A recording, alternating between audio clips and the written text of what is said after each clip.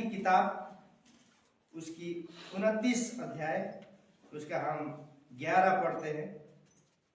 यिर्मयाह की किताब 29 का 11। यहाँ लिखा है,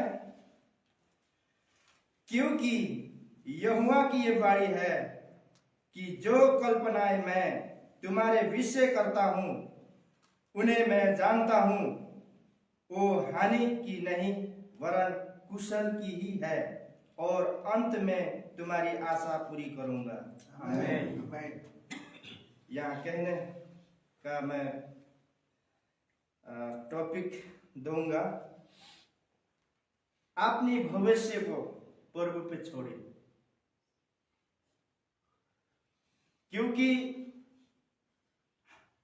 आज संसार में भविष्य के बारे में हर कोई रो रहा है, लेकिन आज हमें प्रभु का वचन कहता है कि हमें भविष्य की चिंता नहीं करनी चाहिए, क्योंकि हमें आपको और मुझे बनाने वाला और इस संसार में भेजने वाला सब कुछ, सब भविष्य बना चुका है। तो लेने के तरीका कुछ अलग है, क्योंकि हम संसार के रीति रिवाज, संसार के उसमें चलते हैं, तो उसकी भविष्य को हम कैसे ले सकते हैं? क्योंकि हम खुद ही अपना भविष्य बना रहे हैं, भविष्य के लिए रो रहे हैं, माथा पीट रहे हैं। लेकिन भविष्य बनाने वाला, जो आपके आगे जो आशा रखा है, वो आशा देने वाला प्रभु की बातों को न तो हम सुनते हैं, न तो हम उसे जानते हैं, न तो हम उसके नजदीक जा रहे हैं। प्रिय भाई बहन, मैं एक बात कहना चाहता हूं, पतरुस जब तक यीशु को नहीं जानता, वो सारा दिन मछली मारने के बाद वो निराश लौट रहा था, एक भी मछली नहीं मिली।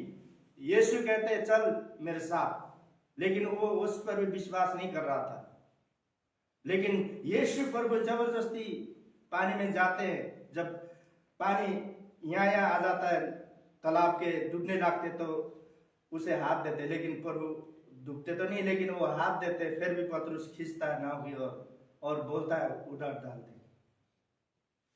लेकिन मनुष्य के सोच और परमेश्वर के सोच में जमीन आसमान का फर्क है, क्योंकि पतरुस इनकार कर रहा था वहां जाने से।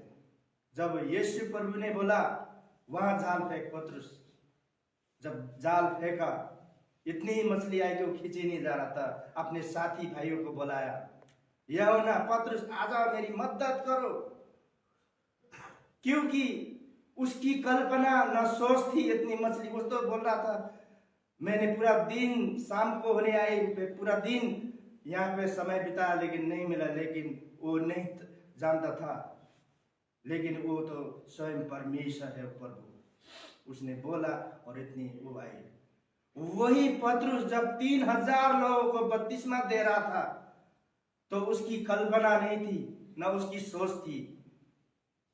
जब उसने सोचा तो अद्भुत पाया, अचंभित हुआ। उसे कहते हैं कल्पना से परे का। जो काम हमसे नहीं होता ना, वो प्रभु करता है, उसे कल्पनिक किया जाता है। इसलिए प्रिय भाई बहन, हम अपनी भविष्य की चिंता करते हैं, क्योंकि भविष्य हम बेकार क्यों कर रहे हैं? हम अपनी आदतें, वही आदतें हैं, वही चुगली करने की आदतें, वही कुटुरानी की आदतें, इधर उधर की बातें करने की आदतें। कभी धर्मशास्त्र बाइबल के नजदीक बैठ के देखो ना, आपके भविष्य यहाँ पड़ी है। आपके भविष्य की चिंता करने वाला परमेश्वर ने लिखा है। कभी हमने इसके अंदर गौर नहीं किया, और हम बस संसार में देख के इसको भूल जाते हैं। संडे के दिन आते हैं, भूल जाते हैं, वहां जाके फिर वही पुरकराना, वही रोना और वैसे के वैसे रहना। मेरे प्रिय भाई बहन, हम नए नहीं हैं, अब पुराने हो गए हैं। दूध पीने वाले बच्चे न बने, अब हम मांस और हड्डी के साथ चबाने वाले बन गए हैं। मांस और हड्डी, यानी कि हमें बाइबल और प्रार्थना की गहराई को ढूंढे ना, नहीं आता था अपने धनवानों को पूछिए ना, बुद्धिमानों से पूछिए ना, ये वचन मुझे मिला है, क्या सिखा रहा है ये वचन। क्योंकि हम अपने आप लागते हैं, रहस्य की बातें बहुत है, इसलिए हम अपनी आदतों के कारण आज हम पीछे हैं। क्योंकि मनुष्य की आदत और परमेश्वर की आदत में मेल कभी नहीं होगा प्रियो। हमारी आदतें गंदे हैं, हमारी आंख की नजरें गंदे हैं, हमारी सोच गंदे हैं, लेकिन परमेश्वर की नजर न तो गलत है न तो वो है, वो पवित्र है।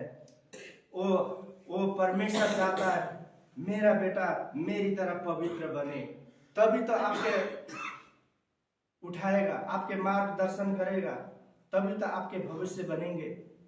इसलिए प्रिय भाई बहन, आज 2024 आ गया, 22 को भी यही कहते थे, 23 को भी यही कहते थे, लेकिन 24 को ये कहते हुए नहीं बीतना चाहिए। हमें अपने आप को चेंज करना चाहिए उस पतरुस के समान। क्योंकि यीशु ने कहा था उसको, आज तो मछली पकड़ने वाला है, लेकिन आने वाले समय में तो मानव को पकड़ने वाला बना बोला था। क्योंकि प्रभु के मुख से निकले शब्द बेकार नहीं जाते। दाऊद राजा, उसने नहीं सोचा था कि इतने बड़े गोलेर को मारूंगा, उसने कल्पना भी नहीं की होगी, लेकिन परमेश्वर उसके साथ था, परमेश्वर के साथ वो रहता था, इसलिए उसको मारा गिराया। अपने से बड़े, वो नाटासा था, वो बहुत बड़ा था, शरीर में से लड़ने योद्धा था। योद्धा यानी कि लड़ाकू होते, ताकतवर होते। वो एक भेड़ चढ़ाने वाला जंगल में, लेकिन मामूली सी था, लेकिन उसने कल्पना नहीं की थी। जब मारा तो उसने यकीन किया कि और बोला परमेश्वर मेरे साथ है, और परमेश्वर की इच्छा के मुताबिक चलता था। आज हम कहाँ हैं? हमें अपने आप को जांचना चाहिए। आज मैं वही सिर दर्द है, वही बीमार हूँ, वही कलेश है, वही काम नहीं चल रहा है, कहाँ है? क्योंकि हम संसार की ओर से भविष्य ढूंढ रहे हैं, लेकिन भविष्य से भरी हुए उदाहरण ये बहुत बाइबल दे रहा है, उसको कभी नहीं ढूंढ रहे हैं। इसलिए प्रिय भाई बहन, मेरा यही कहना है कि अगर परमेश्वर की भविष्य को चाहते हैं तो अपनी सांसारिक चाल ढाल को उतार फेंकना पड़ेगा और बाइबल की चाल ढाल को पहनना पड़ेगा। और जितने भी बाइबल में उदाहरण दी गए, सबने परमेश्वर की ढाल को पहना है। इसलिए सबदशक के 9:10 में लिखा है, जो काम तुझे मिले उसे अपनी शक्ति भर करना, क्योंकि अंधलोक में जहां तू जाने वाला है, न काम, न व्यक्ति, न ज्ञान, न बुद्धि, वहां कुछ काम में आने वाला नहीं है। यही सब कुछ है। किसी को गवाही देनी है, सुसमाचार सुनाना है, प्रस्ताव करना है, यही करना पड़ेगा। मरने के बाद वहां जाके गिर गिरा हुए रहोगे, जितना मर्जी माता पिटोगे, वहां तो नहीं, क्योंकि यहाँ समय दी गई है। जैसे हमारे बुजुर्ग बुआ थे, अभी पर्व में सो गए, क्योंकि उनको भी एक समय दिया गया था। जितना बुद्धि इस्तेमाल करना, जितना काम करना है इस धरती में रहते हुए करना, लेकिन मरने के बाद तो कुछ काम नहीं है। अपने कपड़े, इच्छा मुताबिक कपड़े भी नहीं ले जा पाए, नहीं पहन पाए। लेकिन प्रिय भाई बहन, हमें प्रभु के नजदीक आना चाहिए। प्रभु का जो वस्त्र पहनना चाहिए। जब तक हम प्रभु के वस्त्र नहीं पहनेंगे, हम अपने आप को नहीं बदल सकते। क्योंकि प्रभु का वस्त्र जब पहनते हैं, यहाँ हम उदाहरण पाते हैं। दाऊद ने पहना, हर पतरस ने पहना, लेकिन लास्ट में पहना, लेकिन अद्भुत काम कर गया। उसी तरह प्रिय भाई बहन, समदशक 8:11 में लिखा है, बुरे काम के दंड की आज्ञा फुर्ती से नहीं दी जाती, इस कारण मनुष्य का मन बुरा काम करने की इच्छा से भरा रहता है। आज हम हर मनुष्य वही का वही क्यों है? क्योंकि उनके विचार बुरे काम से भरे हुए, अच्छी बातें उनके पल्ले नहीं पड़ रही है। जब हमारा बुरा विचार जाएगा, बुरी चीज जाएगी, तभी हमारे अंदर अच्छी बातें अटकेगी। जब अटकेगी तभी तो हम चलेंगे आगे। इसलिए ये हम पाप करते हैं, गिरते हैं, लेकिन फुर्ती से परमेश्वर दंड नहीं देता, मौका देता है बार बार। आज नहीं तो कल वो मेरी द्वार पे आएगा, आज नहीं तो कल वो मुड़ेगा बोलकर आपसे वो उम्मीद लगा रहा है, और हम उसको नहीं पहचान रहे। तो गलती किसकी है? हमारी है। इसलिए आज ये जिंदा कलाम है और ये कलाम काम करते हैं। इसलिए जिस तरह यहाँ बुरे कामों के दंड की आज्ञा फुर्ती से नहीं जाती है, क्योंकि मनुष्य का विचार जो इच्छा से भरा रहता है। क्योंकि हमारी इच्छा बाइबल पढ़ना, प्रार्थना करना और वचनों को समझने की इच्छा है ही नहीं। सुन लिया, पढ़ लिया, लेकिन उनके ये वचन क्या कर रहा है, क्या सिखाना चाहते हैं, कभी हमने नहीं खोजा, क्योंकि हमारे अंदर अभी भी वही विचार है। इसलिए ये विचार को मार फेंकना पड़ेगा, तभी हमें ये जिंदा कलम हमारे विचार में आएगा। और ये विचार जो है एक आशा उत्पन्न करती है, और वो आशा यीशु प्रभु से जुड़ता है। और ये आशा और ये विचार हमें सिर्फ यीशु पर केंद्र रहता है। और यीशु जो कि हमें ऐसे नहीं छोड़ता, वो पवित्र आत्मा देता है। जब पवित्र आत्मा आता है तो यीशु की बढ़ाई करता है। और यीशु ने स्वयं कहा है, हम पढ़ते हैं इफिसियों 1:3,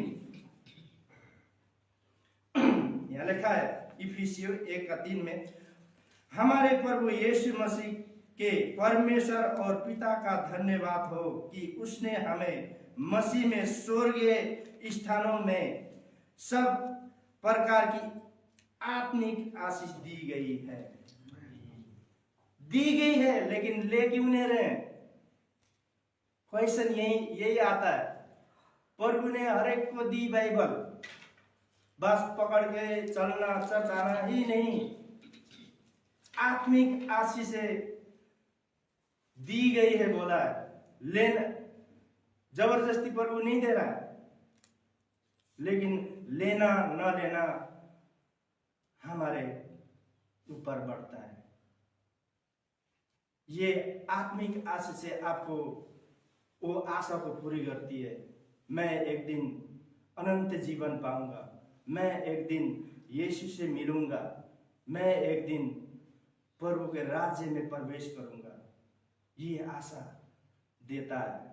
और ये कल्पना, क्योंकि परमेश्वर का वचन में लिखा है, पहले धार्मिकता को खोज करो, प्रभु की खोज करो, बाकी चीजें तो पीछे पीछे आएंगे। लोग पहले क्या कर रहे हैं? घर, बंगला, धन दौलत, इसकी खोज कर रहे हैं जो नाश होने वाला है। मैंने अभी बोला ना, जब उमर बहादुर बुआ कितना कमाया हुआ, कितना हो गया, सब धरी की धरी रह गई, लेके कुछ नहीं जाना है। आज बिल्डिंग बनाओ, घर बनाओ, गाड़ी बनाओ, मेरे साथ कुछ नहीं जाने वाला है। जाने वाला है तो बस हमारी सेवा, प्रार्थना है, जो किसी को दिल से हमने प्रार्थना की, किसी के दिल से सेवा की, वही जाएगा। और वही प्रभु बोल रहा है, आत्मिक आशीष से दी गई है, लेने वाले बने। और ये आत्मिक आशीष से वैसे को नहीं मिलेगा। जो आत्मा को पीछे पड़ते हैं, जो आत्मा को गहराई से खोजते हैं, उन्हें मिलता है। तो ये वचन आपके और मेरे लिए है। इस वचन के द्वारा आप सबको, मुझको